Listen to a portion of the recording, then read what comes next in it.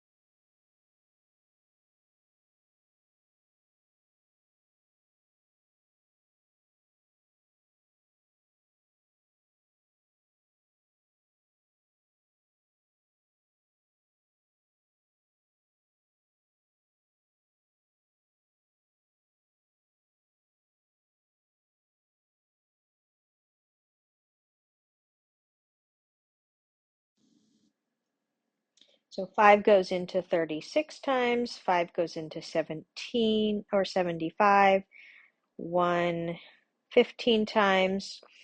That can still be reduced by 3 to give me 2 over 5, which is 0.4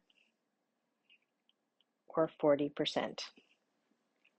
So that's what we do when we need to find the whole and we know both the part and the percent.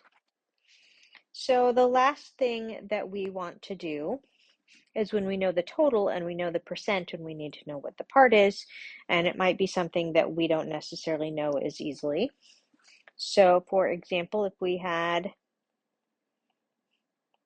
80 people, and I'm just going to do an easy one because I'm doing all the math in my head. I don't have my calculator handy. And then we know that 50% left early. So all I would do is I would take that total of 80 and then I would multiply it by 50%, and I need to change it into a decimal, and I do that by dividing by 100. So I would say 50 divided by 100 equals 0.5, and so multiplying by 100 puts it into percent format, dividing a percent by 100 puts it back into decimal format. So once I have my decimal, I can go ahead and I can multiply that by the total amount, and that's going to come back and give me the amount of people that left early, which in this case was 40 people. So when we are trying to find the small part and we know the whole and the percent, then we multiply the whole by the percent in its decimal form. So that's the easy way that we work with decimals.